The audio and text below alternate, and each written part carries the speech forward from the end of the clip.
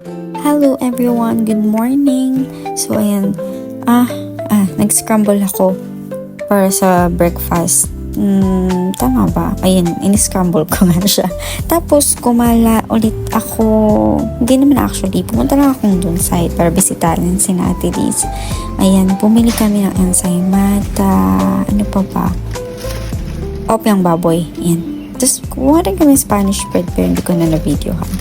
Tapos, pumunta kami sa Pinoy Stop. Kompleto dito lahat ng Pinoy food. So, pag minamimiss kami, dito lang. Kasi, dito na talaga lahat. Tapos, ito, cute. Kita ko lang kasi usually malalaki to. Ayan yung rabbit. Then, dito, pakaganda niyan in person. Kita mo yung city talaga. And even yung Harbor Bridge, kitang-kita siya. Though maulap lang nito, pero in person, super ganda. Yun lang, see you!